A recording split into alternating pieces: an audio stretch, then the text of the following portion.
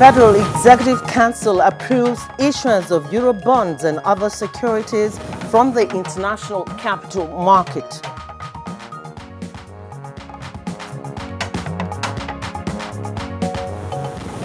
Supreme Court orders enforcement of oil revenue share to Nigeria.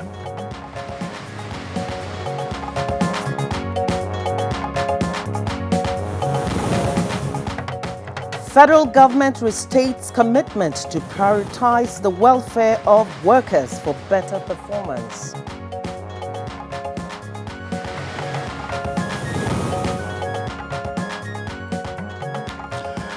On Good Morning Nigeria today, our focus is on the World Bank and the management of the Nigerian economy.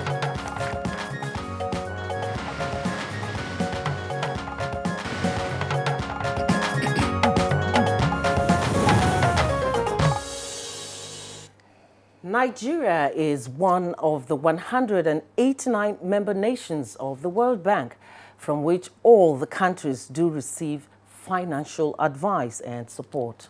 That's right, Joy. The World Bank, also known as the International Bank for Reconstruction and Development, as you said, does provide from time to time pieces of advice as well as long-term financial support. But the pieces of advice or suggestions are often aimed at improving the socio-economic development of the member nations. That's right, Kingsley. Now, apart from technical support and advice, the World Bank also provides facilities to member nations to drive their economic development agenda. That's right. Well, it's in the course of discharging these responsibilities to its members that the World Bank some years ago advised Nigeria and indeed other African countries to invest more in infrastructure, such as roads, rail, and energy, just to mention a few, as against other needs, particularly health and education. Now, Nigeria, just like other African countries, took the advice in good faith and implemented, which perhaps is partly responsible for where the country is in terms of development today. Well, Joy, just last week, the World Bank President Jim Yong Kim at the IMF and World Bank Group annual meetings in Bali, Indonesia, did say something, and this was particularly significant. According to him, Nigeria is one of the most important countries, not only in Africa, but in the world.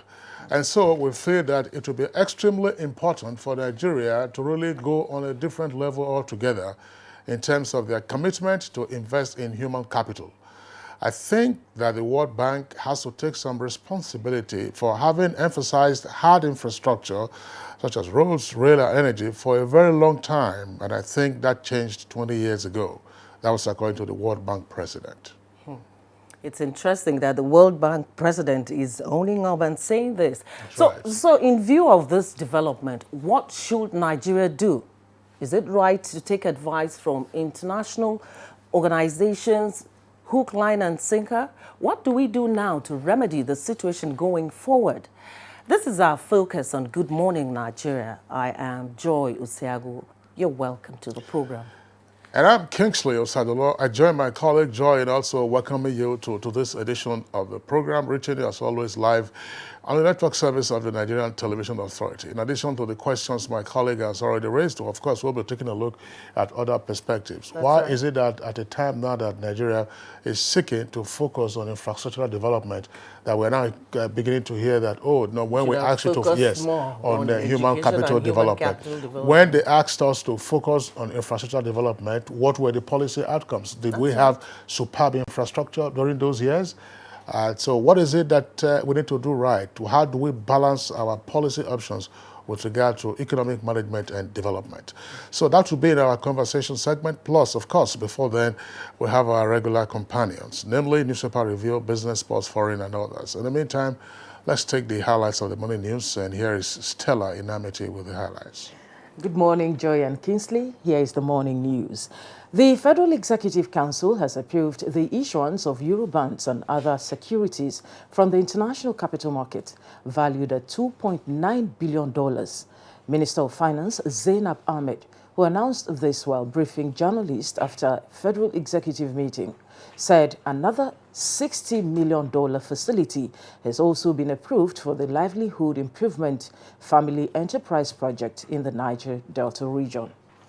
This is to fund capital projects in the 2018 budget. We also got approval to raise the sum of $82.54 million to bridge the shortfall of the 500 million euro bond that matured on the 12th of July 2018. A three-day International Sheroes Forum is underway in Monrovia, Liberia. The conference is bringing together former female leaders in Africa, such as former Liberian President Ellen Johnson Sirleaf, former President of Malawi, Joyce Banda, and former Vice President of Zimbabwe, Joyce Mujuru.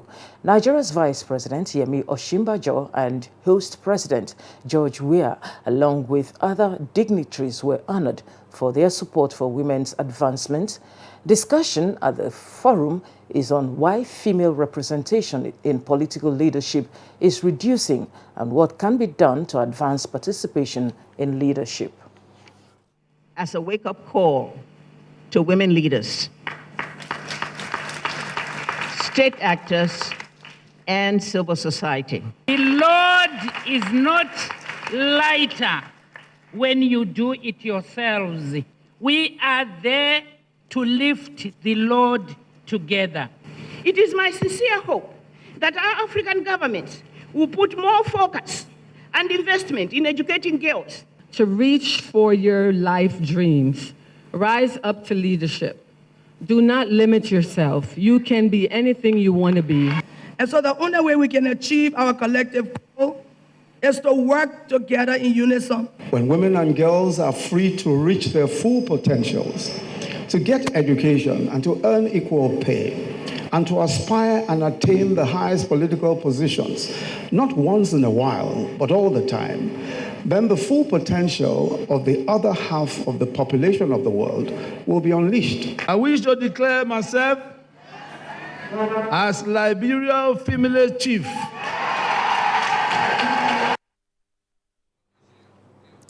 The Senate at Wednesday's plenary has approved the request for President Muhammadu Buhari for external capital to raise $2.7 billion United States dollars from the international capital market as approved in the 2018 budget. That the Senate do approve the issuance of $82.54 million to refinance the balance of the 500 million matured euro bond in the international capital market. Particularly to fund the capital aspect of the 2018 appropriation. All the committees are going to carry oversight to ensure that these previous loans have been properly utilized. In the meantime, the bicameral legislature held crucial meetings with the executive to sort out some key pressing issues. The purpose, Mr. Speaker, of this bill, which is the National Payment Systems Management Bill, include ensuring nationally utilized and internationally recognized payment system, which encompasses the total payment process from issuance of instructions to final settlement. It's a known fact that the financial inclusion in Nigeria is at a dismally very low ratio, and IPAS will surely give the legal framework and regulatory framework that is required and the backing that CBN require. Nigeria is now on the verge of earning higher oil revenue following a judgment of the Supreme Court, which has now ordered the enforcement of a law that grants more oil revenue share to Nigeria. In a landmark judgment by a panel of justices led by the Chief Justice of Nigeria, the federal government is now to enforce Section 16, subsection 1 of the Deep Offshore and Inland Basin Production Sharing Contract. Essentially, the oil price had overshot $20 a barrel ever before even the first oil was discovered, and went on to $120 a barrel for many years. And the players in the industry, both in the NNPC and their partner oil companies, had failed to adjust these prices and additional revenue to meet with the expectations of the law under which they contracted to operate. And it is the discovery of this lapse which has essentially fleeced Nigeria of more than 10 or even 50 times the revenue it ought to have gotten from its oil wealth. It is a known fact that for government to implement its policies and programs, public servants must be involved, as they are the tool that will drive the process. Minister of Labour and Employment, and in a message to the National Negotiating Council 2018 separate meetings, said government is ready to prioritize the welfare of its workforce for better performance. 2017 to 2020 Federal Civil Service Strategy and Implementation Plan. This plan is targeted at transforming and repositioning the Federal Civil Service to a modern public service organization that provides world-class service for sustainable national development. I therefore enjoin the Council to sustain the cordial relationship between government and labor for the overall benefit of civil servants and in the interest of the service. Information and Culture Minister Lai Mohammed says the Executive Order 6 is not in any way a plot to witch hunt political opponents, as it is being rumored. The minister made this clarification while responding to questions shortly after addressing an audience in Chatham House, London. Since coming into office, the administration of President Muhammadu Buhari has embarked on unprecedented renewal of the nation's infrastructure, investing an unprecedented 2.7 trillion naira, about $7.5 billion, on roads, rails, power, and other similar projects. But it's not enough to embark on these projects. It is important to let the public know the extent and spread of such projects to foster a sense of national unity. And that's the news for now. Good Morning Nigeria continues with Joy and Kingsley after this break. Unemployment, notably youth unemployment, features strongly in our party's manifesto. We intend to attack the problem promptly through revival of agriculture.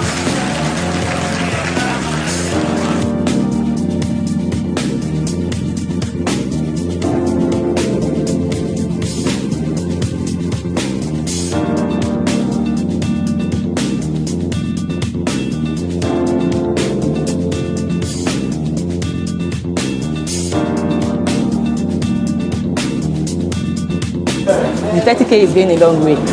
Actually, I bought an acre of land for 60K like 2012, and presently I have a cassava farm and a yam farm.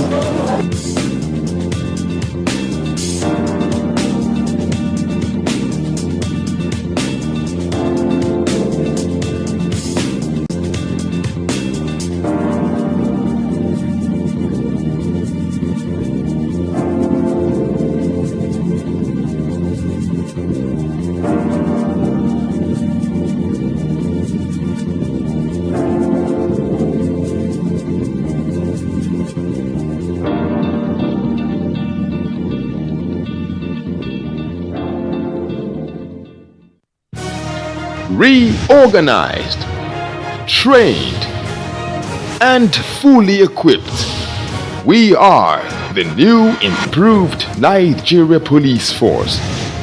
We fight crime, we bust syndicates. Whatever the crime, wherever the hideout, the Nigeria Police Force will get you busted. Stop kidnapping, armed robbery, murder, pipeline vandalism, and other criminal activities. Be productive. Be security conscious. Join the police force to secure your life and property. This message is from the Nigeria Police Force Public Relations Department. Kehinde suffers from indigestion. His twin Taiyi suffers from heartburn. Sometimes it's the other way around, or both. That's why they use Gaviscon Double Action. It soothes within 3 minutes and lasts for up to 4 hours. For double relief from heartburn and indigestion, Gaviscon Double Action. Next, you in the air-conditioned office with the itchy throat. Strepsils. Girl in the spotlight with the raspy throat. Strepsils. You in the pollution. Yes, you. Dry throat. Strepsils. Hello in the downpour with the scratchy throat. Take Strepsils. Strepsils, with its soothing medicinal ingredients, will heal the harm done to your throat from external factors. Strepsils! Strepsils! Strepsils, for a dry, itchy, raspy, scratchy throat. Fake news which is shared for malicious purposes is a danger to our peace and security in Nigeria. Misinformation as fake news is a serious threat to our hard-earned democracy and promotes hatred and misunderstanding between our communities. We are all responsible for stopping the spread of fake news in its tracks. So, always check the source and credibility of any news item. Say no to fake news. This message is brought to you by the Federal Ministry of Information. The time has come again when we all gather at the Unity Forum to celebrate the uniqueness of our cultural diversity and showcase the beauty of our cultural creativity and ingenuity. It's the National Festival of Arts and Culture, NAFEST, in the Garden City of Port Harcourt, Rivers State. Come, let's celebrate our culture and heritage. Hold it 20th to 27th October 2018. Special features, dance drama, traditional wrestling, indigenous textiles and cuisine, arts and crafts exhibition, entrepreneurship roundtable, skills acquisition, and many more. 20th to 27th October 2018. Be a part of history. It's NAFEST Rivers 2018, the festival that unites the nation. Otumba Olusegun Runshewe, DG National Council. To the outer framers, the hat tippers, the fringe goers, you don't need to hide anymore. Try Dettol Even Tone. It cleans and helps to reduce the appearance of blemishes caused by oil, dirt, and germs, giving your skin a healthy feel for an even better you. Dettol, be 100% sure.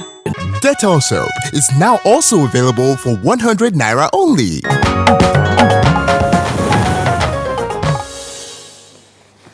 All right, thanks for staying with us. We'll go to our business desk for stories trending there now.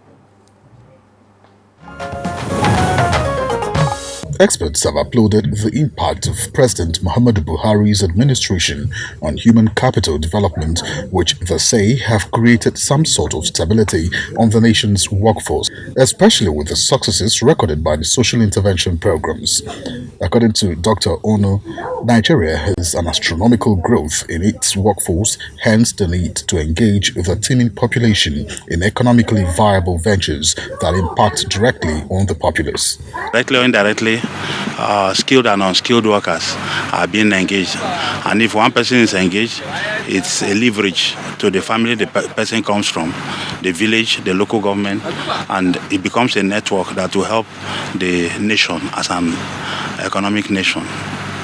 The Central Bank of Nigeria has disclosed that as at August 20th, 2018, the total amount released under the Commercial Agriculture Credit Scheme to participating banks for disbursement since the inception of the scheme is 615.43 billion naira.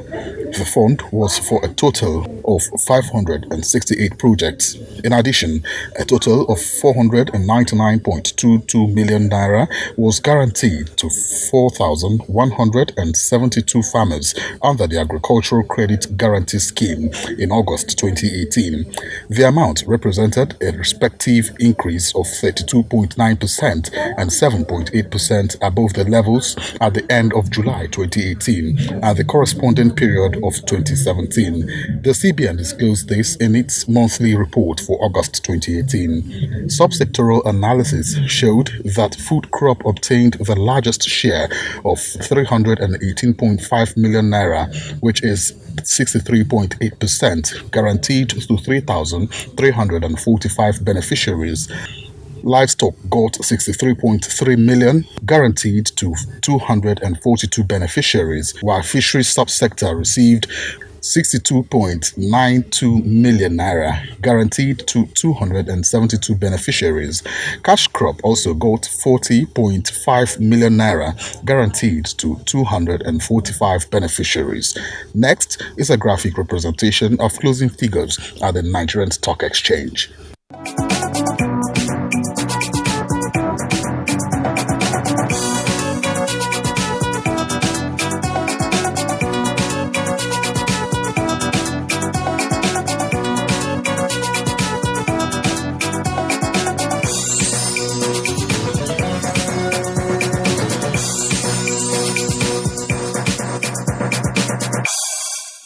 And that's business news for now.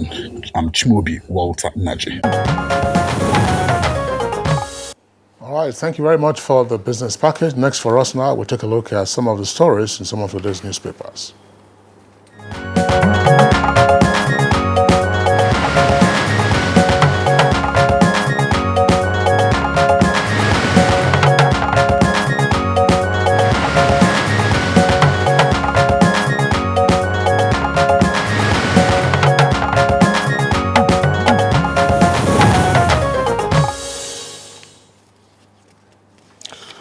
All right, Bayo Atebi, newspaper reviewer, is right here with us in the studios for today's session. Bayo, morning and welcome. Thank you, Kinsley. Good morning. Good morning, Joy. Good morning, Nigeria. All right, let's begin with you, Joy. All right, let's start by taking a look at the stories trending on the front page of the Daily Sun newspaper. Besides the nameplate is a story. EFCC unveils buildings linked to ex-governor Fayose. It comes with one rider. Former Ekiti governor refuses to answer questions, declines administrative bail. You can get details of that story on page 4. And a little bit down below the picture story there, anger in Senate. PDP, APC senators clash over sitting arrangement. More of it on page 6, and beside it is another story. Senate orders suspension of ATM, other charges, summons CBN governor. Okay, let's take a look also at the front page of the Daily Trust newspaper. Daily Trust newspaper, just below the nameplate, you have the headline, FEC, that's the Federal Executive Council, adopts no work, no pay principle, and NLC false decision. That's on page 3. Bedlam in Senate over sitting arrangement, page 10, and 2018 budget as a kicker, federal government approves $2.9 billion Euro bond. That's page 5. Lead story is on the 2019 elections, and it says 8 parties submit presidential and National Assembly candidates. That's according to INEC, with the rider APC, PDP, and others strategize as deadline ends today. Deadline ends today. That's Printer's Devil leaping out of that rider there. And then you have a photograph on the front page from Jos. It says, missing general, army parades 13 suspects. And right at the foot of the front page, again, it says, gunmen killed 2 policemen in Kaduna. Senate asks CBN to suspend ATM maintenance charges. That's page 17. And police nabbed 8 suspects with 11 human skulls in Kwara. Let's take those stories first before we get on with where do we start from? So many stories now. Well, let's start with the white paper that is generating arguments between the Ministry of Labor and Employment and the trade unions. The Federal Executive Council has approved a report from the technical report instituted by the Ministry of Labor and Employment in April 2016. From henceforth, employers who lock out workers will pay them for the period they didn't they didn't work. However, conversely, no work, no pay rule should also apply by employers in cases of industrial action. Government employers who are elected into executive of labor unions will serve only for 2 terms and no more.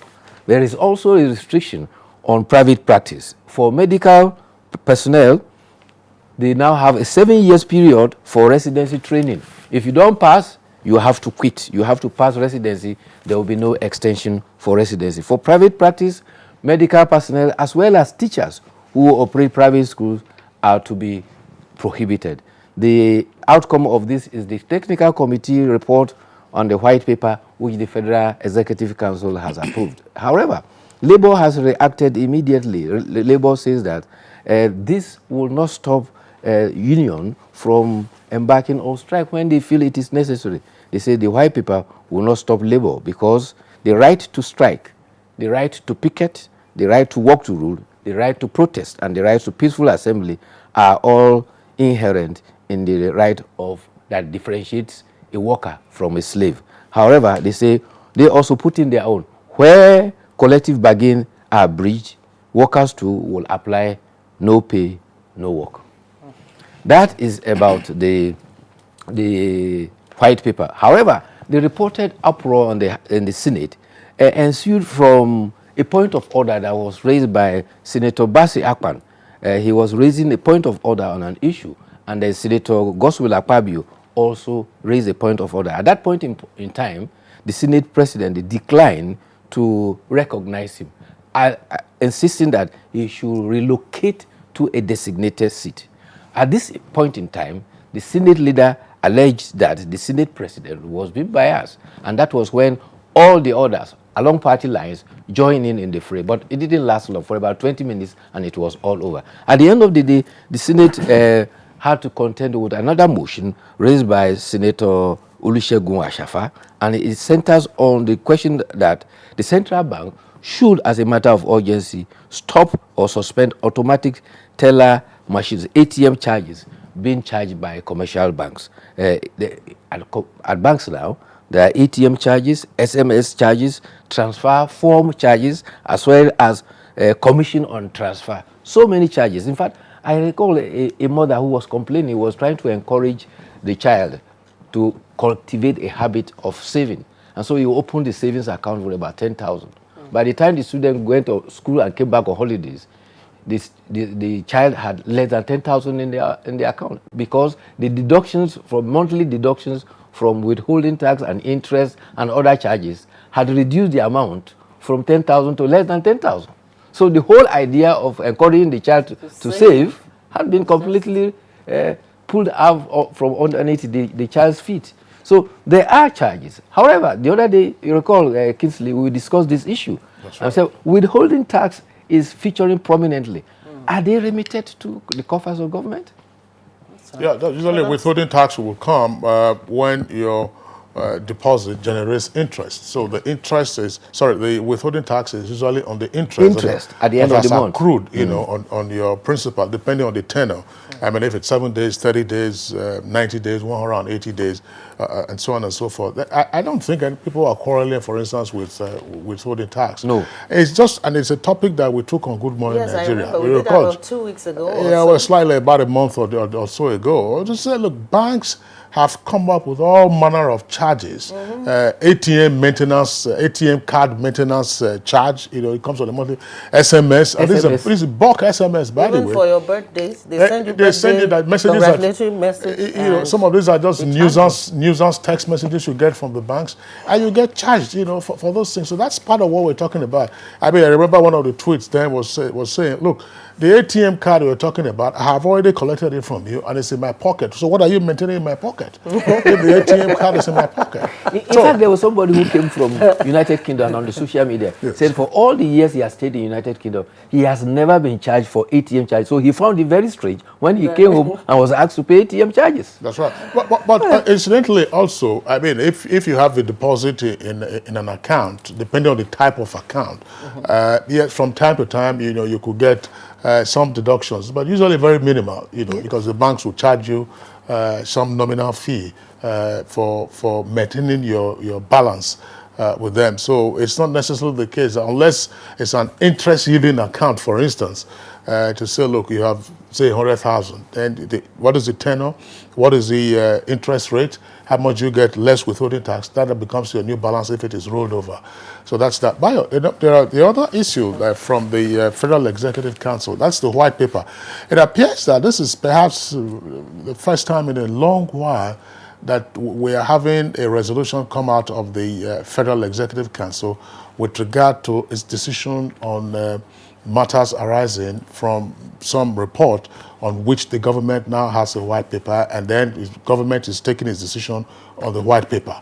That becomes a very serious issue. It becomes a policy document, no longer a draft. Now, if the Federal Executive Council has approved it, and coming from Labour, by the way, I bet this is a matter that is going to be contentious going forward. But the economy, no doubt about that, has bled from all kinds of wildcat strikes. Health workers are on strike, utilities workers are on strike, lecturers are on strike, teachers are on strike, all kinds of persons just, I mean, this is with respect to them sometimes. For just wake up and they issue an ultimatum, and at the end of the ultimatum or a warning strike, then the entire system is paralyzed. We keep negotiating with them, and they are coming back. And the principle of no work, no pay has never been applied. That principle is there in the law. Yes. It's there in the law. So how do you kick it into effect? And NLC is also saying, well, how can you be working and you don't get paid? So these are the kind of issues you find in our labor market, that things are just upside down, but no economy will survive with the kind of way that we have proceeded, with handling labor issues on the part of those who are suppliers of labor and the part of those who are also utilizing the services of labor. Talking about Jaws, 13 suspects have been held at Rukuba Barrack, and they have now been handed over to the police command. I'm sorry, let me leap in here, because this is also related, Joy, so that we don't come back to it. Let's take a look at the front page photographs of the Punch newspaper. You see the front page photograph of the Punch newspaper, and it tells you, it says, scenes from pension verification conducted for retired employees of the defunct Nigeria Airways on the premises of Sky Power. Take a look at these photographs. And this is the kind of thing you find from time to time with the way we deal with our senior citizens who served in the past, who have retired, whose gratuities or whose entitlements are not paid to them. That's apparently the sun is burning hot there, and you just have a Samaritan who is holding an umbrella over the gentleman with perhaps a white handkerchief placed on his head. And then look at the other lady, who is struggling with the aid of a worker to come. And you ask people who are in service would normally ask themselves, is this the kind of experience I want to face? That is the reality, that sometimes these are the social factors that push people, into all kinds of deleterious conduct, including corruption. Actually, there's a better way of handling this. I remember there is this agency that came in to handle the pension. What they do is they look for the addresses of the senior citizens and follow them up rather than stressing them to come out, particularly those who are facing challenges of incapacitation.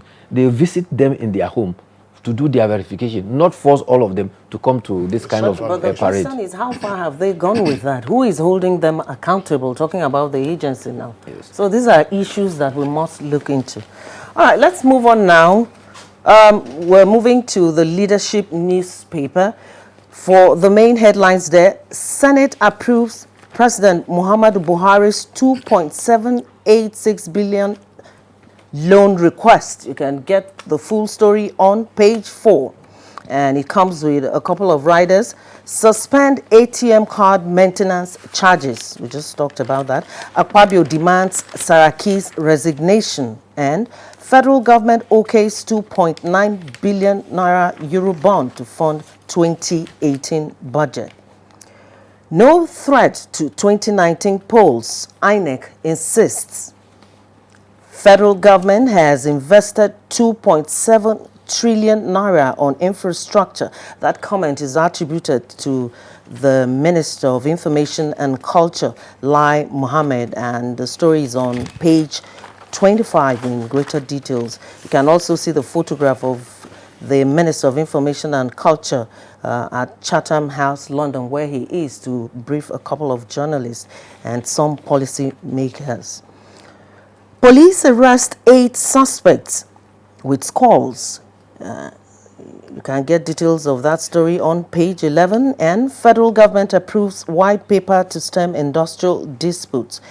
Army parades 13 suspects over missing generals. The story is on page 6. Yes, that was the story I was referring to earlier on. However, the 13 suspects include a woman. And you recall that when soldiers first went to Duradu Pond, women, about 500 of them, attempted to restrain them, to stop them from accessing the pond. They believed that if anybody disturbs the peace of the pond, it had the consequence of affecting their male sons and their husbands, and death will eventually visit them.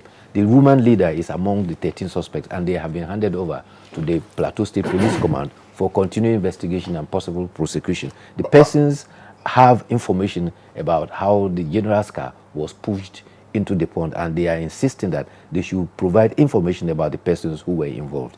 But Bayo, for the benefit of our viewers, before I say what I'm about to say, just repeat the line again about the woman who was arrested along with other suspects in Jos with regard to the missing general. Yes. Just recast it. Well, the woman was the leader of the about 500 women who came demonstrating, some of them half naked, saying that Duradu pond should not, the peace of the pond should not be disturbed because it has a mythical implication for them. Their husbands and sons in that area would consequently die if the peace of the pond was. Apparently, the soldiers were suspicious, and eventually their suspicion was proved when eventually they were able to retrieve several vehicles from that pond. That's right. And then we remember on Good Morning Nigeria, what it say, is the pond the equivalent of a Bermuda Triangle? But what is the environment like? Can vehicles veer off the road and then leap into the pond? Or, was there something that was always happening in and around the vicinity that after it happens, then vehicles get pushed into the pond? I think those are very significant questions to address. Bayo, let's take a few other stories from the Punch newspaper. We're already taking it very briefly above the nameplate of Punch. Release seized Parry Club refund. Benue Speaker begs federal government. And Obasanjo article, Catholic Secretariat says Kuka's reconciliatory effort hijacked and politicized. Electoral bill, card reader splits reps. And we come to an earpiece there beside the nameplate. External reserves dropped by $1 billion in 13 days. Lead story says EFCC obtains court order to detain Fayose for 2 weeks. Charge ex-governor to court, PDP tells EFCC. All right, Kingsley, before we go to Bayo, let's take a look at our editorial for today, and it's taken from the Daily Sun. It's titled, Checking the Naira Abuse. In its renewed effort to stop the hawking and abuse of the national currency, that is, the Naira, and rid the economy of dirty currency notes in circulation, the Central Bank of Nigeria, CBN, has mapped out measures that will ring in offenders with sanctions such as imprisonment, fine, and both. The campaign to rid the economy of dirty Naira notes has already begun with direct disbursement of new banknotes to marketers, merchants, shopping malls, supermarkets, toll gates across some states in the country. Now, inculcating this new culture of responsibility must go together with making sure that clean Naira notes of all denomination notes are readily available for economic activities. Lower denomination notes facilitate modern business economy, attract more customers, and lead to financial inclusion. Bayo. Yeah, because before we go to the editorial, let's quickly look at what INEC is saying. INEC is saying that its timetable, what is published January 9th for the 2019 election, has reached its third stage. And that third stage is collation of candidates' names.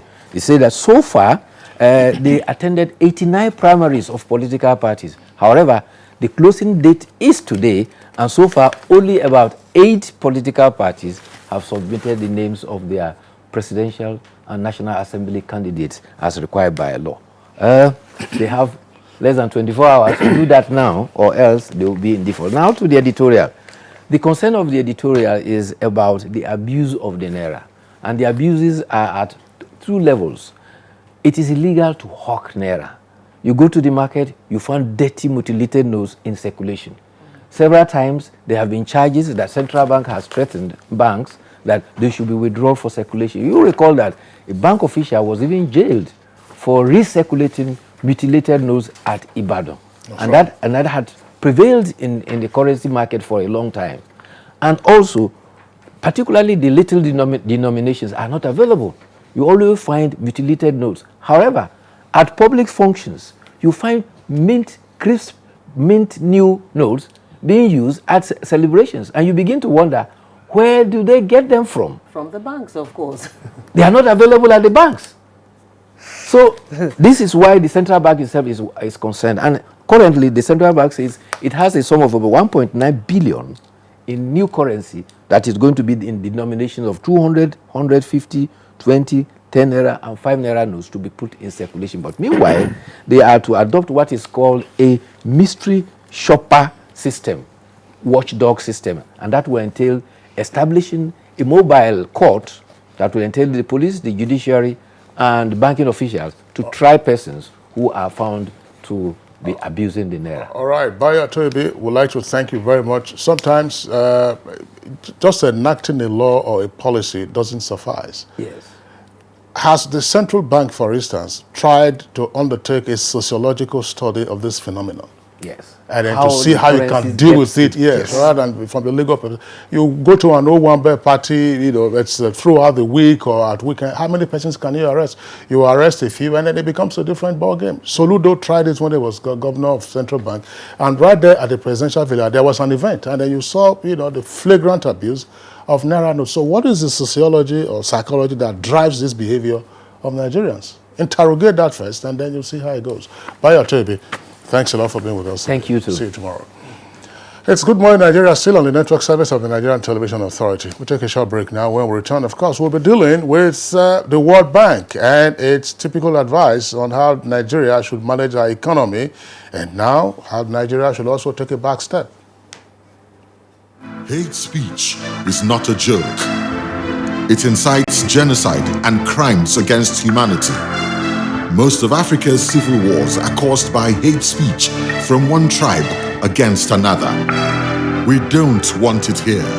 The Nigerian government stands firm against hate speech. Under no conditions whatsoever should we tolerate or excuse or justify hate speech or hateful conduct of any kind, especially where such is illegal. There's no doubt that the resurgent push for separatism, as well as the rising cases of ethnic and religious disharmony, are all traceable to the growing phenomenon of hate speech. One nation bound in freedom, peace and unity. Nigeria, one nation, one people. This is a public service announcement brought to you by NTA. Can you write? First Entertainment Ideas Concept, in conjunction with National Commission for Museum and Monuments, presents Latin America Motorcycle Association Rediscover Nigeria Tour. Touring Nigerian Museum and Heritage Sites in 13 states and 13 days from the 23rd of October 2018. Chief Host, Honorable Minister for Information, Arts and Culture, Lai Mohammed. For sponsorship details, call Ernest on 090-3456-4388. Godwin 080-3701-5237. Uzoma 080-2980-0549. Salong 080-3225-0153. Umo 080-9440-9719. Lama, touring to rediscover. Your perfect family is under threat by germs. Infectious diseases are now the world's biggest killer of adults and children.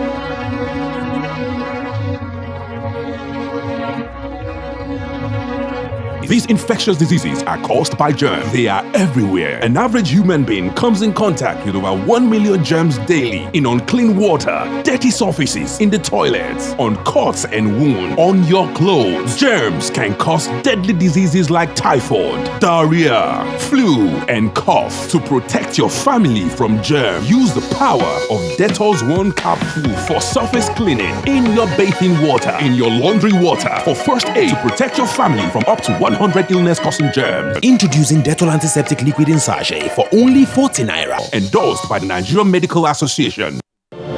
These days, people get their news and information from more media sources than ever before.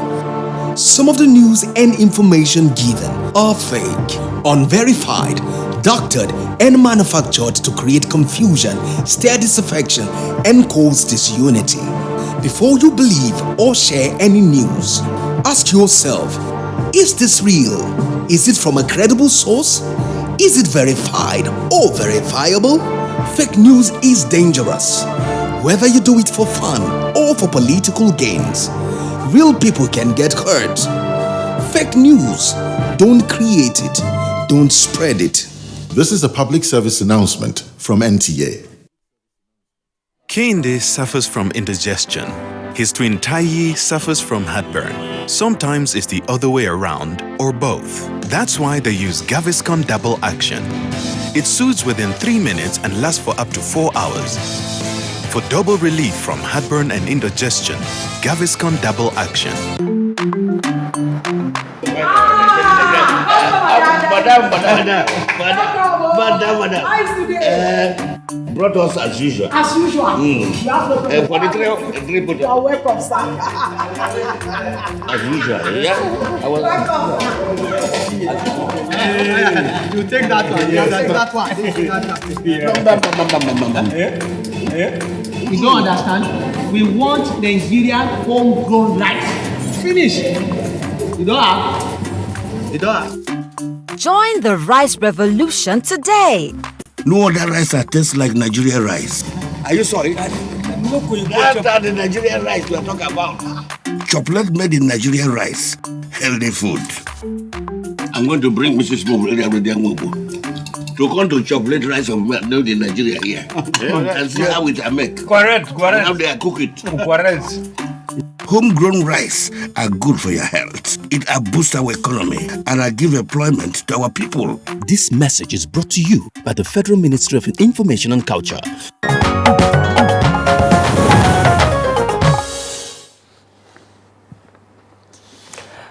Let's take this excerpt from the remarks of the World Bank president to kickstart our conversation this morning. We feel that it will be extremely important for Nigeria to really go on a different level altogether in terms of their commitment to investing in human capital. Many African countries are in the red zone. If you see Table 2 in the Human Capital Project, let me put it this way: I think that there is. That the World Bank has to take some responsibility for having emphasized hard infrastructure, roads, rails, energy for a very long time, and that changed 20 years ago, but there has still been the bias that says, we'll invest in hard infrastructure, and then when we grow rich, we'll have enough money to invest in health and education. We're now saying that that's really the wrong approach, that you've got to start investing in your people right now, and not least of which, all the reasons why you need to do that, the rapid change in technology, the fact that many low-skill jobs will be eliminated. Now, nobody's quite sure how long that will take, but a child born today in 20 years, almost certainly, many of the low-skill jobs today will be gone, and the requirement for this child to be able to learn throughout his or her entire life is simply going to get higher. The requirement, the needs are going to get higher and higher. And so this is a very loud and strong message to Africa.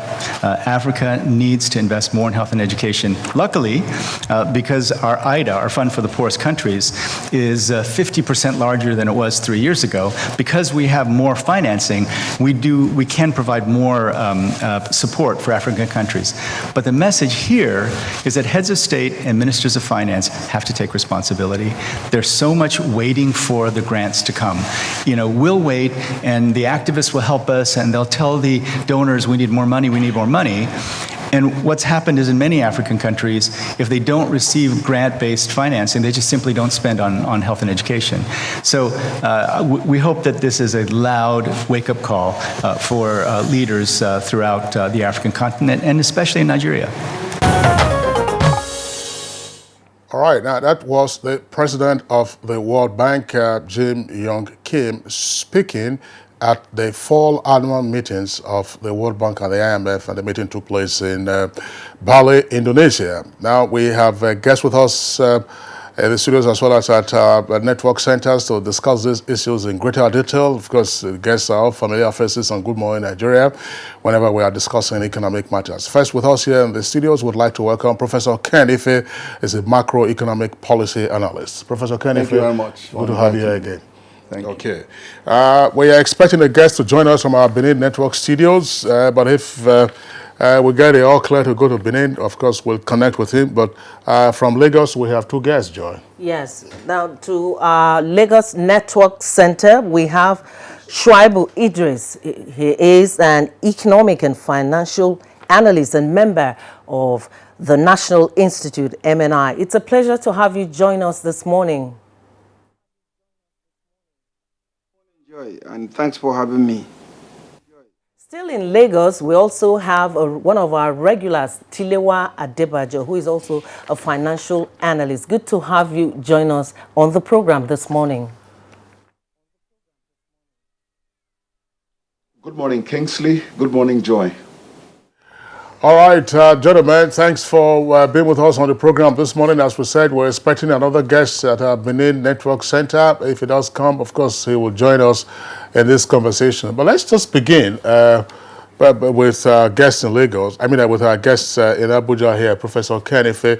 You listened to the World Bank president indicate what some persons will say, oh, this is quite revealing or this is quite significant. But for the benefit of our viewers, let's just have a broad understanding of what the International Bank for Reconstruction and Development is all about. That's also what the World Bank is called.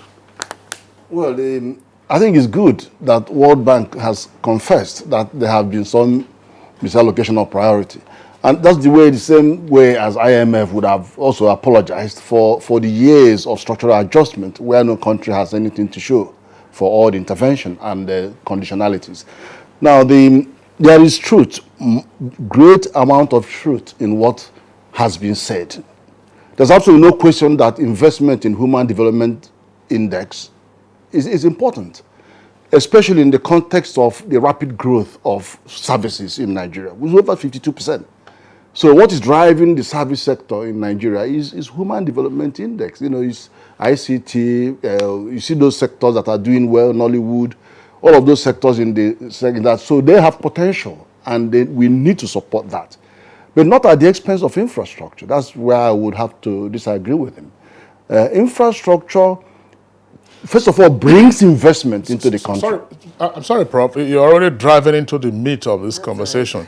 I was saying, let's just, for the benefit of our viewers who may not understand the international institution known as the World Bank, what is the World Bank itself? Of course, one of the Bretton Woods institutions and so on and so forth. That's the explanation that I wanted us to have before delving into the merits or otherwise of what the president said.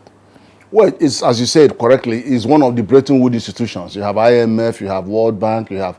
So those were there to show the light to the whole world and look at things that connect almost everybody. And a lot of them are involved in development activities, and obviously World Bank leads in all these efforts. All right, thank you very much, Professor Ken Ife. We'll get back to you in the course of our conversation. Let's go over quickly to our Benin Network Center to introduce our guest there, who is Professor Mike Obadan. He's the chairman, Goldmark Education Academy, Benin City. He's also a non-executive director and member, Monetary Policy Committee, Central Bank of Nigeria. Thank you for joining us this morning. Very much, Joy. Let's also continue with you in Benin. Now, before we delve into the meat of this discussion, we're saying let's even take a look at the World Bank. What is the World Bank? What is the relevance of the World Bank to the 189 member countries? Let's start from there. Well, thank you very much. I'm very glad to be with you. The World Bank is one of the post-World War international financial institutions set up by the body of world countries to facilitate reconstruction and development after the World War. And specifically, the World Bank has a focus on development of world countries. And over the years, it has focused on promoting economic growth and poverty reduction. So as it were, out of the Bretton Woods institutions, the World Bank can be seen as the development finance component, of the Bretton Woods institutions, unlike the IMF, which focuses on, financial stability, international financial stability, and so on. It's in light of that focus of the World Bank on development that it provides facilities for member countries in the area of infrastructure development, even human capital development. It depends on what it emphasizes in particular countries. Perhaps, as you will discuss later, it tended to focus on hard infrastructure in the case of Nigeria, but elsewhere, it has also focused on human capital, education, health, and so on and so forth. Professor Michael Badon, thank you very much. We'll come back to you later on. Let's go over to Lagos, where we have two financial experts, Tilewa Adebajo and Shuaibu Idris. Gentlemen, of course, still elaborating on what the World Bank is all about.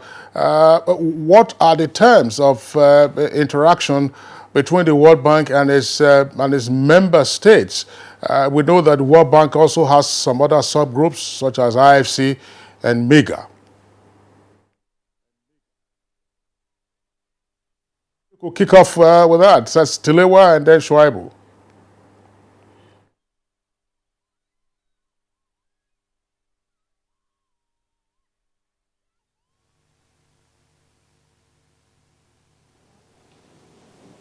Okay, I think basically, as Professor Mike has said, the World Bank consists of member countries, and it came about arising from the post-World War, Second World War challenges of the world in terms of infrastructure development, particularly in Europe, where we had the Marshall Plan of Action after, the World War. The challenge, and indeed what you asked about, how does the World Bank operate and what is its own relationship with member countries? Basically, there are two or three axioms of relationship. Number one is advisory. The World Bank does advise member countries as to the best policy framework on reconstruction or infrastructural development. Number two, the World Bank also gives loan to member countries, sometimes, at rock bottom prices. These are loans that could take up to 50 years, 25 years to repay, and the interest is near zero. We're talking of single digit interest, 2%, 3%, at most, 4%.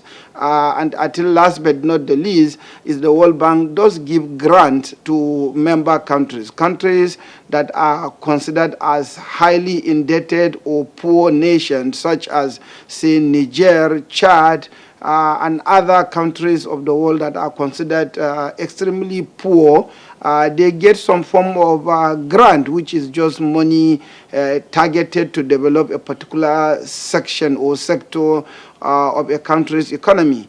In the same vein, the IMF, which Kingsley you mentioned, the IMF, the IFC, International Finance Corporation, International Monetary Fund, as well as the Multilateral Investment Guarantee Agency, that is the MIGA, they center on basically 2 or 3 areas. Number one, the IMF centers on monetary policy, exchange rate stability, interest rate stability as it relates between one country and another, while the IFC, which is the International Finance Corporation, is more like the private arm of the World Bank Group, as they are usually called. Usually it gives loans to private sector at a fairly, if you like, commercial interest rate, where the World Bank gives loans, say, at 2-3%, IFC could give you loan at 5 or slightly higher percent. And it also, invests, meaning it takes equity stake in companies, whether in Nigeria or in China or in any other parts of the world. That's the little contribution that I have. All right. Thank you very much, Shuaibu. Let's also get the take of Mr. Tulewa Adebajo, who is seated right beside you there in the studios. Mr. Tulewa, of course, there are examples of entities that have benefited from some of the members of the World Bank Group, including the IFC, for instance, and MIGA. How has this helped the financial services sector? Well, basically what you have to understand now is the fact that basically the World Bank has more or less finished its mission in Europe, which was its primary focus when it started. So its focus now is on developing countries or emerging markets in Africa, Asia, Latin America. That's where the focus of the World Bank is right now. And with every institution, I think it's important that what these institutions provide is long-term capital that could support infrastructure development and the sort of development that we need, as opposed to commercial banks that don't have the long tenures. So that's the difference. It's a development finance institution. And what they tend to do is, it's for local financial institutions, they tend to on-lend or give them lines. So a lot of Nigerian banks have benefited from lines from the World Bank, from the IFC, for instance, to be able to help them out. And MIGA, as you mentioned, is just an investment guarantee to be able to help investors who want to invest. As you can see in our power sector, for instance, we have this guarantee scheme by the World Bank, which helps investors who want to invest in the Nigerian power sector. By providing a MIGA guarantee, then you help those investors, give them the sort of confidence that they need. But another thing I must say is the fact that it's important that you understand, each country has to understand what its own priorities are. And it is in your own development planning that you decide what your priorities are, and then you now approach the World Bank to borrow the money that you need to use for your projects. All right. Tulewa Adebajo, I want to thank you very much. We'll come back to you in Lagos. Let's return to Professor Kenny Faye here. We have established the role of the World Bank. We know that right now they're focusing more on developing economies, and it's all about economic development and poverty alleviation. Let's look at Nigeria now. What over the years have we made tremendous progress in terms of our membership of this organization? Well, I think we have, without a doubt, Nigeria has actually kept its obligation, financial obligation, with most of the international communities. And that's why they're all very actively seeking to support Nigeria. I don't know even ECOWAS, I don't know any country that Nigeria is not actually paying their fair. That cannot be said of most other poor countries, but Nigeria has kept up with our commitment. And I think also that we do need more. I don't think we are taking as much in proportion to our investment as we put in. If you look at the likes of Africa Development Bank, and we could get more resources from these organizations commensurate to what we are putting in. And that has always been raised in many of the bodies that we are member of. Now you're talking about resources. Let's even look at the benefits to Nigeria. Have we benefited much over the years? I think we have the capacity to benefit more, and I think we need to ask for more resources and more support because we're entitled to those. Whether we have actually benefited as much from the interventions given, the jury is out on that. We know the traditional support that has been given to basic infrastructures, but we also know where we need far more help, like in privatization of public utilities. We just need to do that. We need more money in that area because government has thousands of businesses that they went into. They shouldn't have any business to do with, and they want to offload those to the private sector. I think that's where we have to get more help. When you say more, are you referring to the federal government or are you referring to professionals and experts in the field? The World Bank is expected to support in great part government-related businesses, and then of course they do support private sector engaging with public sector, and that's where the PPP comes in. IMF tends to focus far more on private sector, but still does. But as has been explained by a colleague, there's slight distance between what their focus and their operational modes are. Okay. Professor Ken Ife, thank you very much. Prof, I'll come back to you, but I want to quote you, and I would like Professor Mike Abadan to also take a cue from this because the question is going to him. Professor Ken Ife did say that what the president of the World Bank said in Bali, Indonesia, was a confession with regard to the policy advice that Nigeria had received from the World Bank. And the president of the World Bank did say that changed 20 years ago. That would be like 1998. That from the World Bank perspective, the emphasis was on infrastructure rather than on human capital development. But let's take a look at our own national condition. At what point was the World Bank, in terms of policy articulation, at what point was the World Bank leading Nigeria down the path of, say, develop your infrastructure, develop your infrastructure? And if Nigeria heeded that advice, what were the outcomes? Is it that suddenly we found ourselves, say, suddenly we have first class or top-rate infrastructure countrywide? Did we invest sufficiently in power? Did we modernize our rails? Did we modernize, our roads? And indeed, in the 70s, some persons would argue we had petrodollars with which we used in doing some of those things. And then suddenly, the World Bank is now saying, oh, rather than infrastructure, we should have focused on human capital development. Do you have a clear understanding of what the World Bank president is trying to say? Is it describing the Nigerian situation, or there's something else that is underneath? Thank you very much, Kingsley, for a very great question. It's of interest that at this point in time, the World Bank has come out, World Bank president has come out to say mea culpa on behalf, of the bank. I think that's where the problem started. Right from the beginning, when the World Bank began to intervene in Nigeria with development assistance in the form of loans and grants, its focus has been on hard infrastructure, physical infrastructure. For example, the very first loan that the World Bank advanced to Nigeria in 1958 was $28 million for the Nigeria Railway project. And thereafter, the bank's focus was on similar kind of projects in the energy sector, in the transportation sector, port development, SMEs, and so on and so forth. And you see, the bank has been quite dominant among the multilateral institutions of the world in terms of interventions in Nigeria. And its mode of assistance has always been generally loans. Rarely grants are given. And we must understand that it provides loans largely through the hard window. That is through the International Bank for Reconstruction and Development, which provides loans on market basis.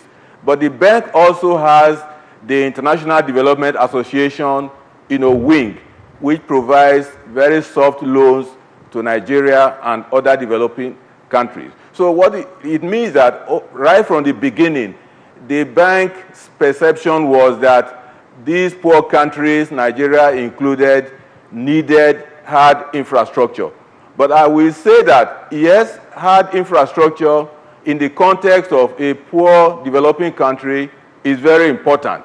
But at the same time, we cannot underrate the role of social infrastructure in the form of educational investment, in the form of health investment. So one would have expected that even if the World Bank at that time was very willing to provide loan assistance in the area of hard infrastructure, our governments should have recognized the very critical, very important role of human capital in development, and also on its own mobilize resources, not necessarily from World Bank, to give priority to those sectors of the economy. But it appeared that government was waiting, successive governments were waiting to get assistance before they can invest in education, rather than mobilize funds domestically, aggressively, and then invest in other areas of the economy where foreign assistance or foreign grants were not forthcoming. So as it were, it appears that, like you rightly said, and from the statement of the bank president, that about 20 years ago, they've now realized that Nigeria has been investing through their assistance on hard infrastructure. And even the outcomes of the infrastructure are not infrastructure interventions are not impressive. And then in the area of health and education, the outcomes are even worse. And that implies that there has been a dereliction of responsibility in the area of investing appropriately and adequately in those very areas. If you take education and health, the outcomes are very, very uninspiring. The Human Development Index is a major measure of the human well-being. It has components relating to education, health, and then standard of living. Of course, that means income. And the Human Development Index for Nigeria, as of today, is about 0.252, and it places Nigeria as a low human development country among the countries in the world. And the World Bank's own Human Capital Index, which is a new index that it has evolved, which shows the contribution of education and health to the productivity of future generations, is also very low.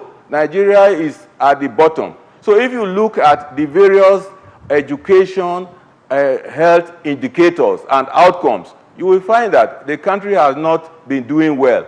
It suggests that enough investment had not been made in those very sectors, or if investments were made, that such investments were of very poor quality, so that they yielded very, very limited outcomes in terms of improvement of the human person and even growth and development of the economy.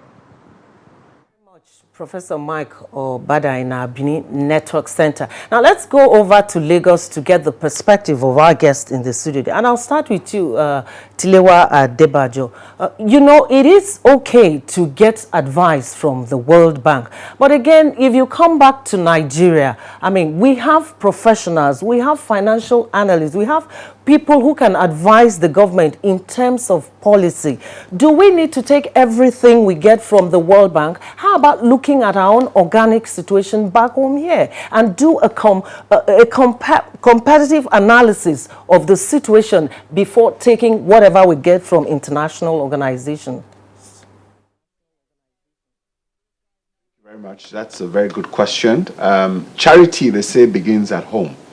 I don't have any doubt that we have the capacity here to be able to do all we need in terms of our needs assessments, our priority projects and all that. We don't have to take all the advice of the World Bank. The World Bank is just one institution. And Nigeria, don't forget, has made a lot of money from oil revenues over the years.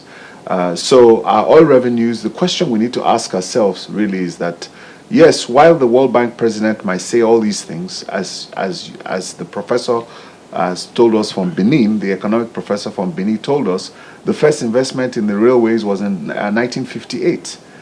So what happened in the 70s when we had all this oil money? We stopped investing in our railway infrastructure. So today, we don't have rail lines from Lagos to Kano or Kano to Port Harcourt carrying cargo. And we have too many trailers in our country spoiling the roads, and we've not made investment in the rail sector.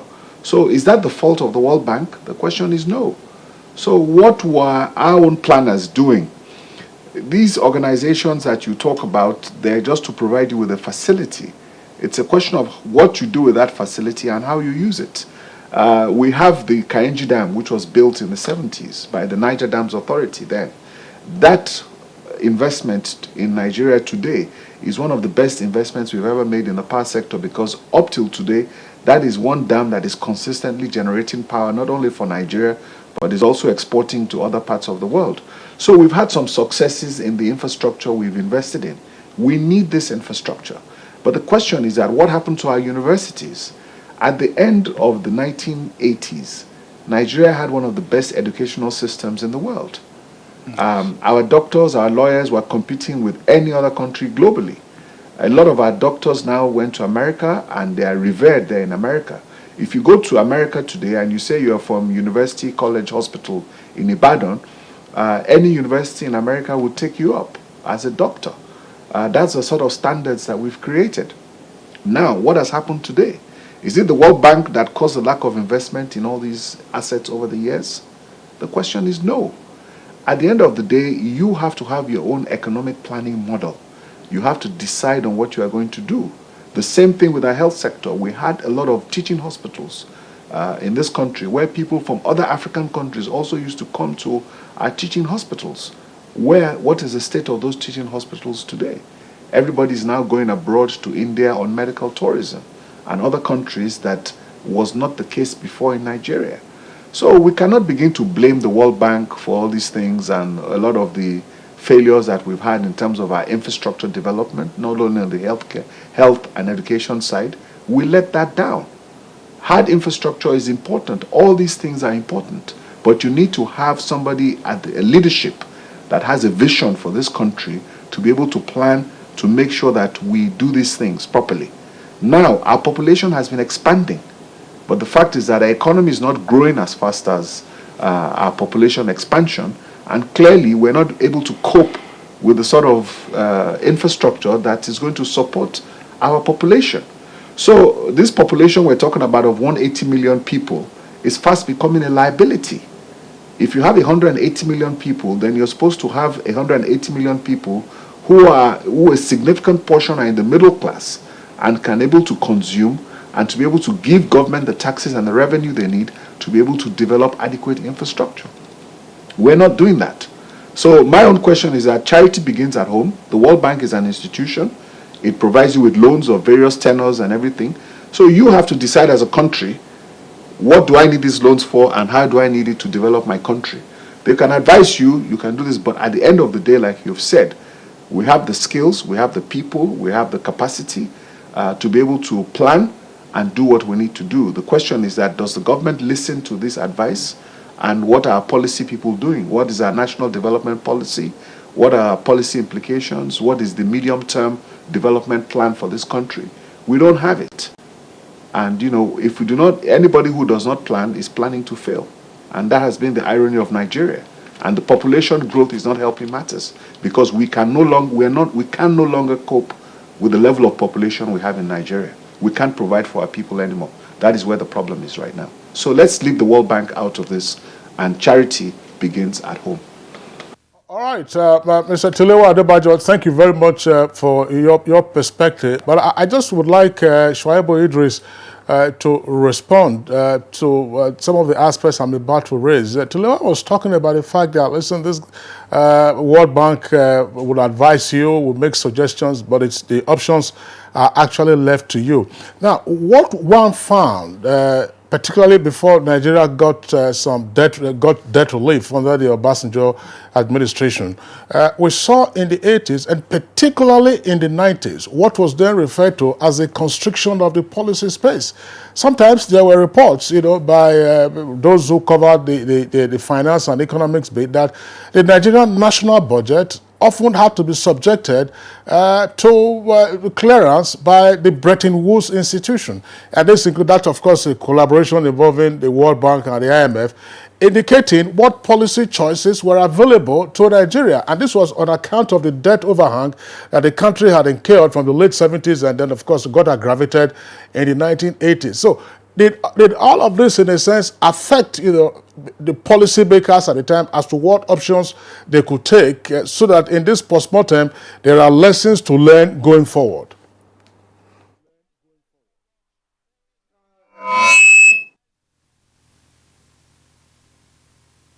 If you were once a banker, it is always the case when a company or a country owes somebody.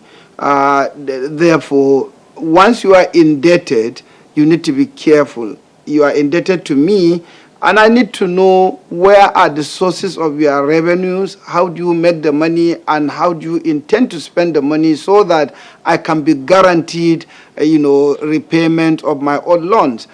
You did allude to the fact that in the late 80s and early 90s, because of the debt overhang Nigeria had, obviously almost every issue, every policy Nigeria needs to implement needs to be sanctioned, if you like, approved by the Bretton Woods institution, whether the IMF or the World Bank. So naturally, we were indebted and we needed to pay those loans. Our creditors needs to know how and where we are making the money and how we intend to spend the money so that we don't just spend everything we have generated without necessarily having to pay them. That is the major reasons why, as at that time, every policy move of the country needed to be sanctioned by the Bretton Woods institution. However, I like to latch on to what my colleague Tulewa, has said. Really, is there even the need for an apology from the World Bank for, policy prescriptions? If I take us back on the memory lane, from the time of General Ibrahim Badamasi Babangida's administration till today, this country have had, a think tank called the Nigerian Economic Summit Group.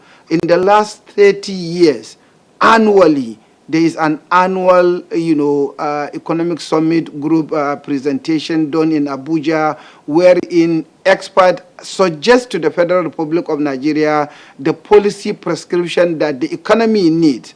To what extent were successive government, taking those recommendations? Again, when you look at our, political history, how many years did we have military rule in this country?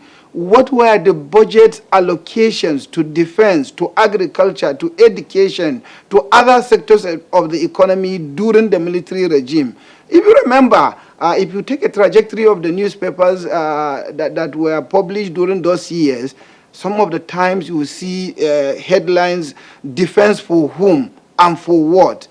There were, period of 10, 15 years, annually, the largest allocation of our budget goes to defense. So was it infrastructure really that, made us not to invest in human capital, in health, in education, in agriculture?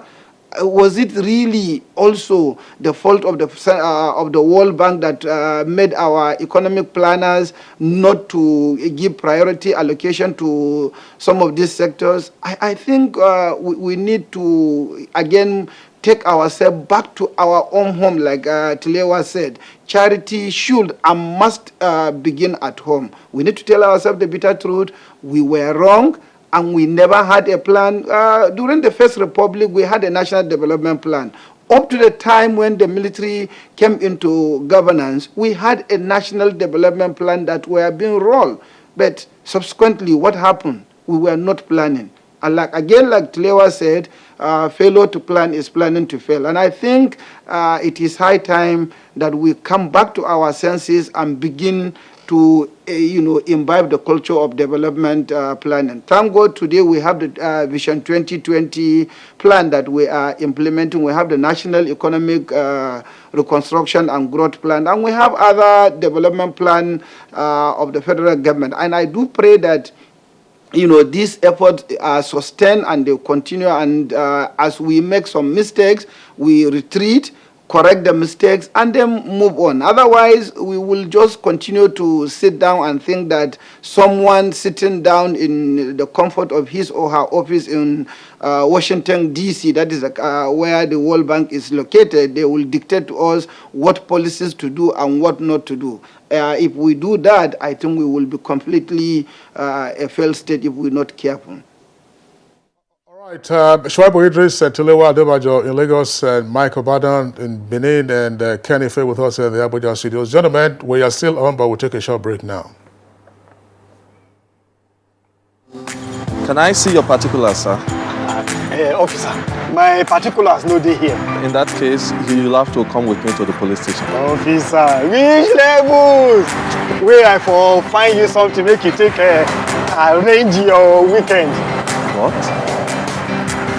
Offense number 1, driving without particulars.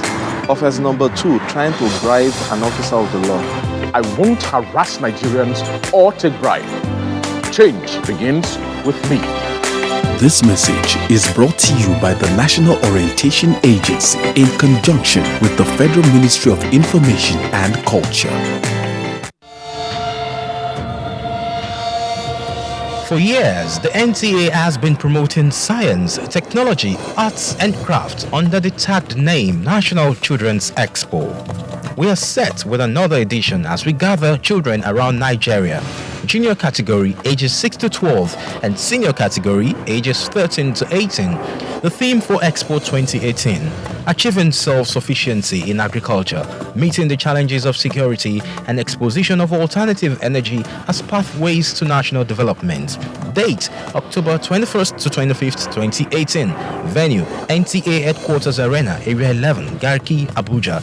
We are set to celebrate the best of innovation across the country.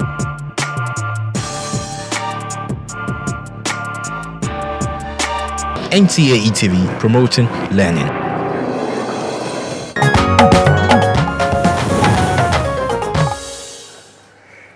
All right. Thank you for staying with us on Good Morning Nigeria. And we still have our guests in Abuja, Lagos, and Benin Network Center. Let's go quickly to Professor Kenny Faye, who is in our Abuja studio.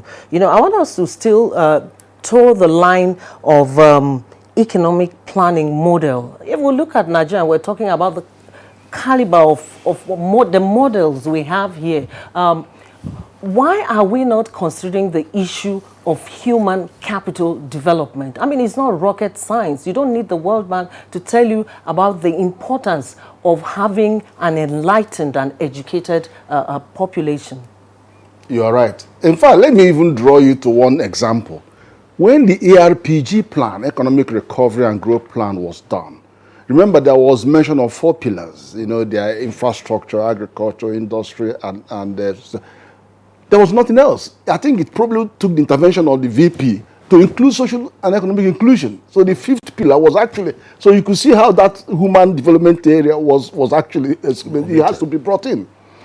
I think the key issue, what I find in what has been said by the President of the World Bank, and looking at Nigeria in general, there is a missing word. Sustainable infrastructure, sustainable human development. They can pour money in infrastructure, but if it's not sustainable, you cannot answer questions about debt sustainability. If it is not sustainable, you cannot answer questions of why is PPP not happening, so private sector to drive this. It's just because that word is missing. And they will still pour money on infrastructure and it comes to nothing.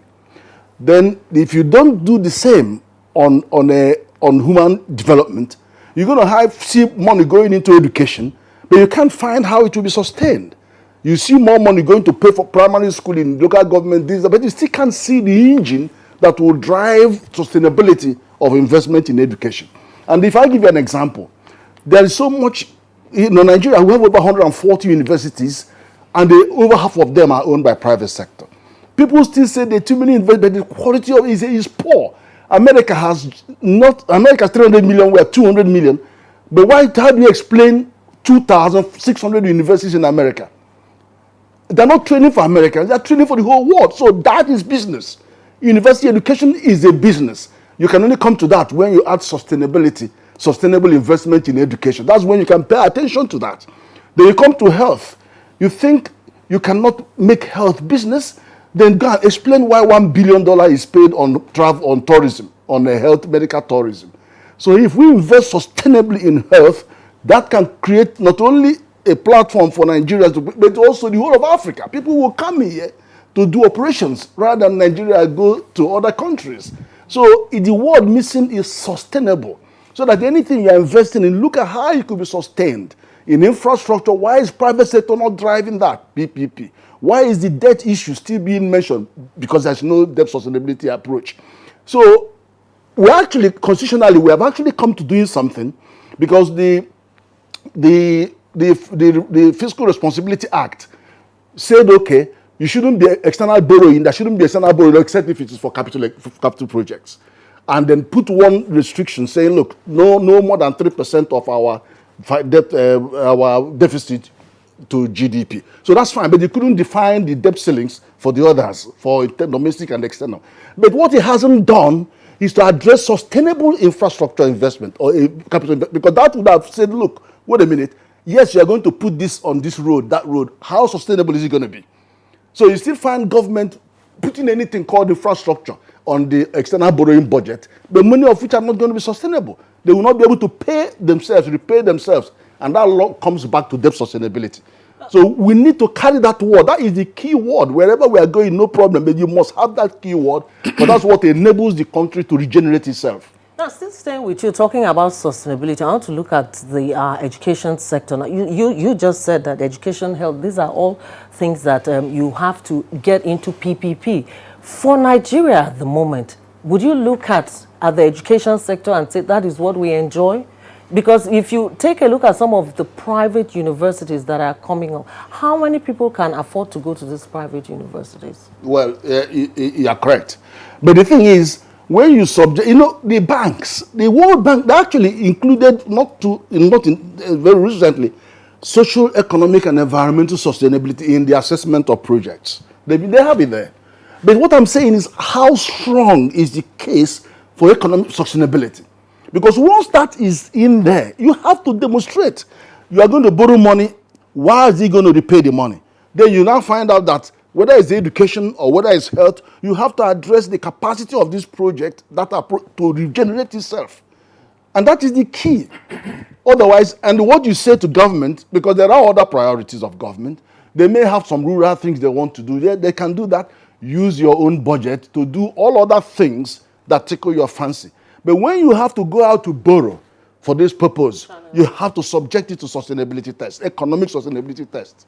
All right, Professor Ken, thank you very much. I mean, you've raised another very important point, which has to do with sustainability. I'd like to go back to Professor Mike Obada in our Benin Network studios. Professor Mike Obada, from Lagos, our two guests, Lewa and Shuaibu, are agreed on charity beginning at home with regard to economic planning. And therefore, for purposes of our economic planning going forward on account of the mea culpa, as you said, from the president of the World Bank, let's play out this scenario. Do we, economic planners, have a sufficient understanding of the interplay of forces around the global financial system? I'm asking this question against the background of what you know very well. When Nigeria was heavily indebted, when we had a debt overhang, the London and Paris clubs, these were private lenders. But the lenders, the creditors, didn't come directly to us. Instead, they used the instrumentality of the Bretton Woods institution to constrict the policy space. That was when we started hearing that subsidy is uneconomical. Subsidy is not helpful. Remove subsidy from education. When we were in school, we were feeding with 50 kobo a meal. 1 Naira 50 kobo a day. So by 1984, by the time we had left, they had already removed subsidy. Students started cooking in their various hostels and so on and so forth. They were removing subsidy from the human capital areas where ordinarily we would have been able to ratchet up human capital development, assuming there was sustainable and targeted investment in those sectors. My question, therefore, is in terms of economic planning, if charity is actually to begin at home, the economic planners, we have a wide view, a wide-angle view of the interplay of forces, oftentimes guiding the global financial system and how Nigeria might fit into it or determine its own national interest. Thank you very much, Kingsley. Let me say first that I also subscribe very strongly to the view that charity begins at home, and that local expertise, policy analysts, academics, ought to be actively involved in the policy making process, of the government and providing advice. It may be true that in the 1950s, say 1970s, not much, local capacity in terms of providing policy advice was available in the country. But the same thing cannot be said from 1980s, 1990s, and up to this time. We have a lot of Nigerians who are very well trained in various sectors and areas of the economy that can provide advice. But I think the problem has always been that the successive Nigerian governments have been anti-intellectual, and they seem to lack confidence in Nigerian, professionals, policy analysts, and so they seem to be much happy when they are connected with, foreigners, foreign advice, and so on and so forth. Otherwise, we Nigerians should be able to scrutinize even the advice that is given by, Bretton Woods institutions. Now, very importantly, yes, the global developments, the global activities tend to influence, development planning and even policy making, in Nigeria. But, for example, the issue of external shocks for a country like Nigeria that depends on one commodity. You will find that whenever there are shocks in the global oil market, negative shocks, for example, that the Nigerian economy invariably is brought to its knees. And so that definitely affects the quality of development planning. That was why during the oil market collapse in the early 1980s, 1981, 82, the fourth National Development Plan, became a shamble. In fact, it was abandoned because the revenue accruing was so little that government could not really continue with the implementation. So such shocks do affect, planning and development in the country. But very importantly too, the issue of good economic management matters. When an economy is badly managed, the leaders, the political leaders and rulers are mismanaging the economy, they provide a very strong basis for foreign influence. I think that was exactly what happened in the 1980s when the Nigerian economy was subjected to negative external shocks, coupled with mismanagement of even borrowed funds. That provided space for the Bretton Woods institutions to impose their structural adjustment programs, within which framework, as Kingsley said, there was the recommendation of cut expenditure in the social sectors, health, education, and similar areas. But I think the lesson from that one is this. Our governments must learn to manage their economies very well. When economies are managed well, then there is very limited opportunity for foreign donors, foreign influencers to impose their advice or their will, on the country.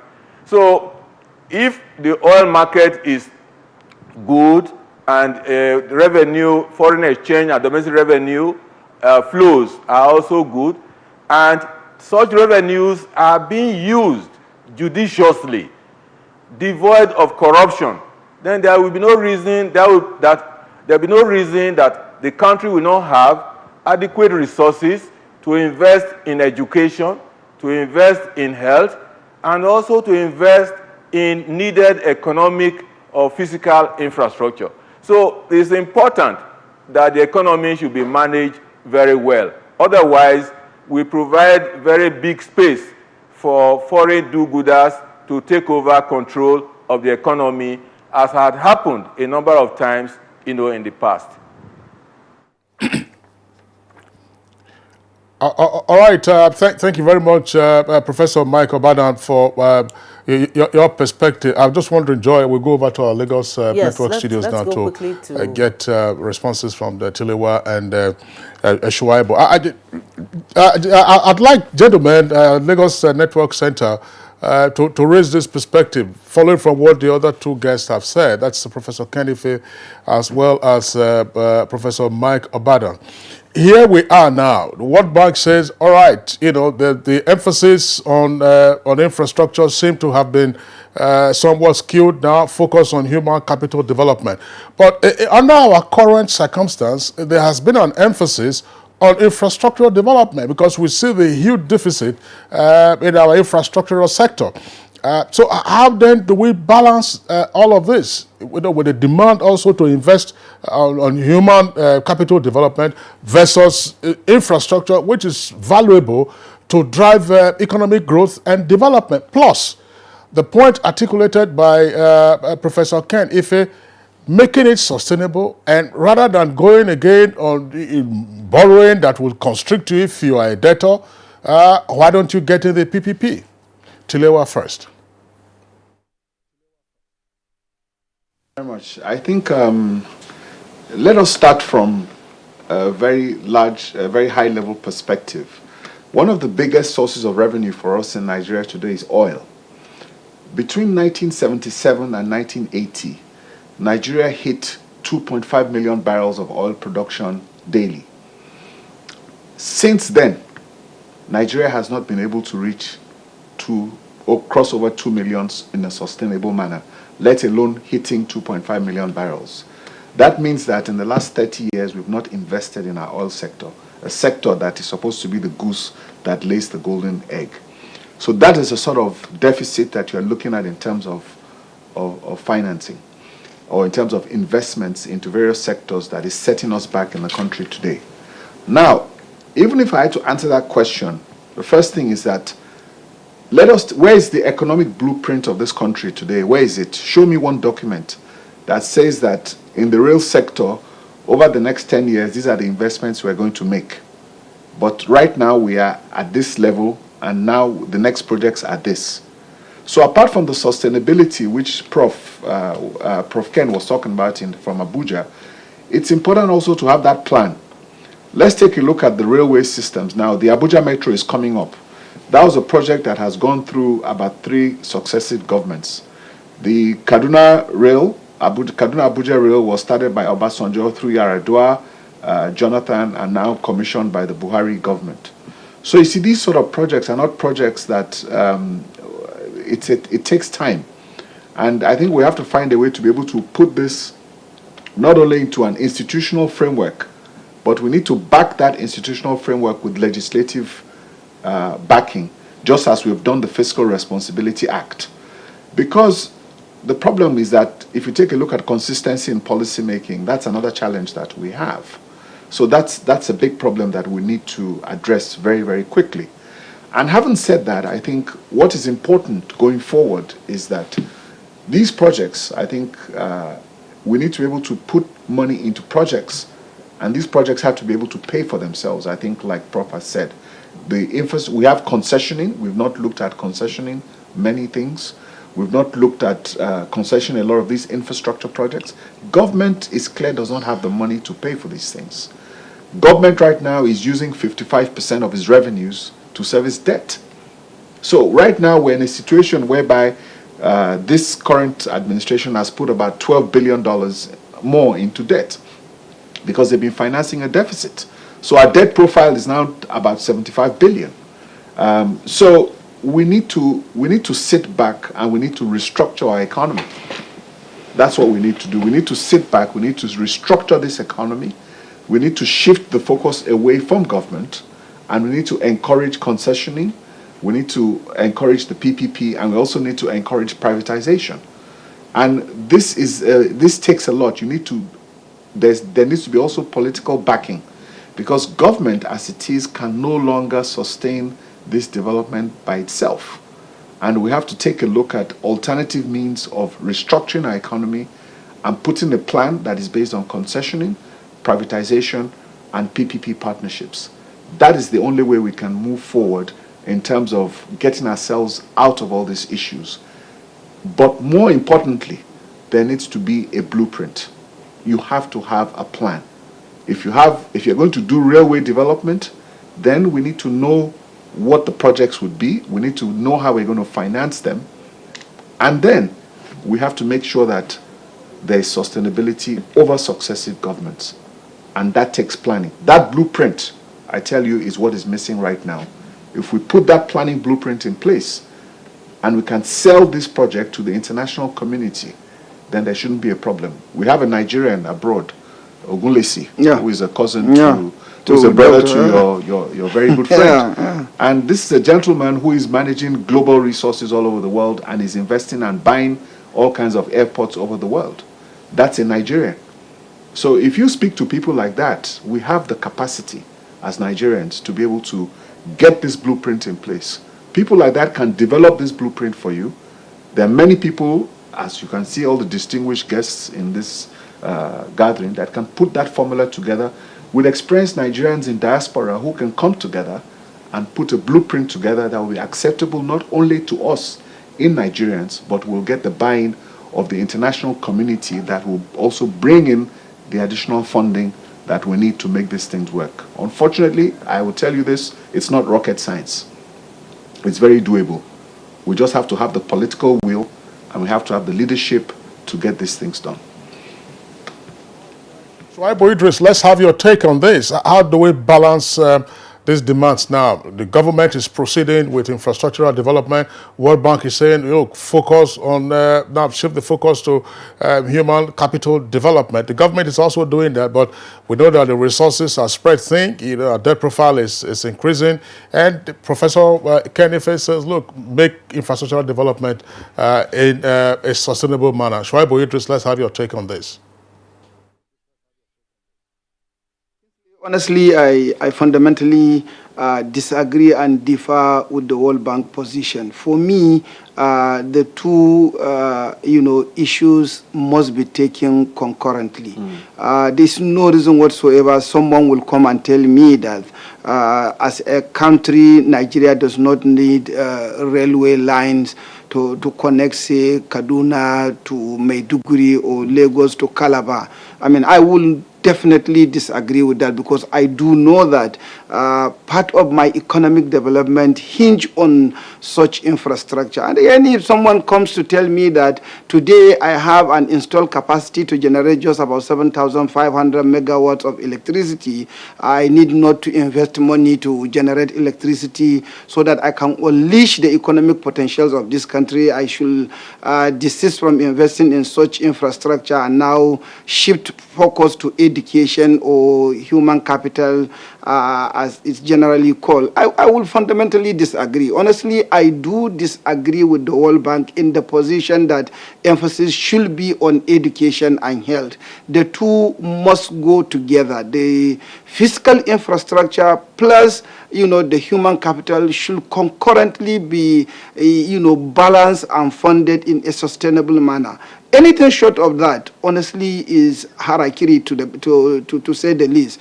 Just yesterday, if you follow what has happened on a competitive index, table that was released yesterday, Nigeria was able to move 10 steps forward to 115th, country in terms of our competitive index. What were some of the parameters that were used in determining our competitive level of our economy? The same infrastructure, the same physical infrastructure that the World Bank president is telling us now we shouldn't emphasize on our investment on. Kinsley, I think we need to be a little careful. Still, we need to come back to our senses. We need to come back home and sit down and see where do we want to be in the next 20 years, in the next 50 years. If you look at the trajectory of human life, human history in general, 100 years ago, what was the vogue in the world? Army, platoon of army, 1 million army in China. The Roman Empire has so much. How did we develop from that? We now develop from, instead of having mass army to, mass, arms and ammunition, fewer mankind, fewer, army of people. Then you move to the next level. Where is the war or the competitiveness of nation going? Trade, investment, human capital. So you need to move from one level to another. And each society has its own developmental stages. Europe and Americas, they have moved, out of that developmental stage of having virtually every nook and cranny of Europe has electricity, has road network, has, train stations and what have you. We haven't reached that. And you're telling me, forget about physical infrastructure, concentrate about, on human capital development.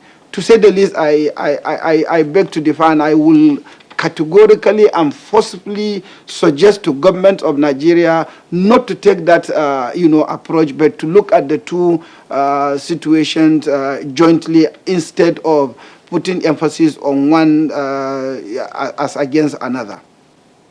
Shuaibu Idris, economic and financial analyst and member of the National Institute, MNI. We want to thank you very much. And we also want to thank Tilewa Adebajo, a financial analyst also in Lagos. So thank you very much for your views. Let's come back to Abuja now. Professor Ken, let's have your closing thoughts on this issue.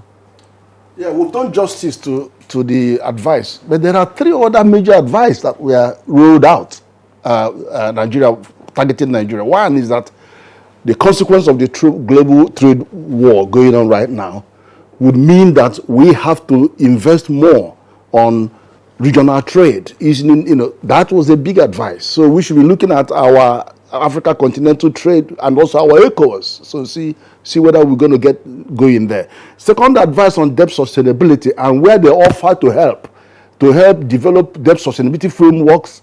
They also develop policy, debt limit policy. And we need that because our Responsibility Act didn't go far to tell us the limit on domestic and foreign borrowing. And the third one is build fiscal buffer. And of course, our CBN governor differed from them by saying, look, we want to focus on maintaining financial system stability. And there's a big debate on underlining that because our situation today is slightly different from our situation in 2015-16. So there is a lot in there. All right, Professor Ken Ife, macroeconomic policy analyst with us here in the Abuja studios. Always a delight having you on Good Morning Nigeria. Thank you. We also like to go over to Benin to express our appreciation to Professor Mike Obadan, Professor of Economics and also a non-executive director and member of the Monetary Policy Committee of the Central Bank of Nigeria. Professor Mike Obadan, thanks a lot for your insights. And of course, where my colleague Joe already signed up to Lewa Adebajo and Shuaibu Idris, who were with us in Lagos. So that does it for our conversation segment. Let's go over now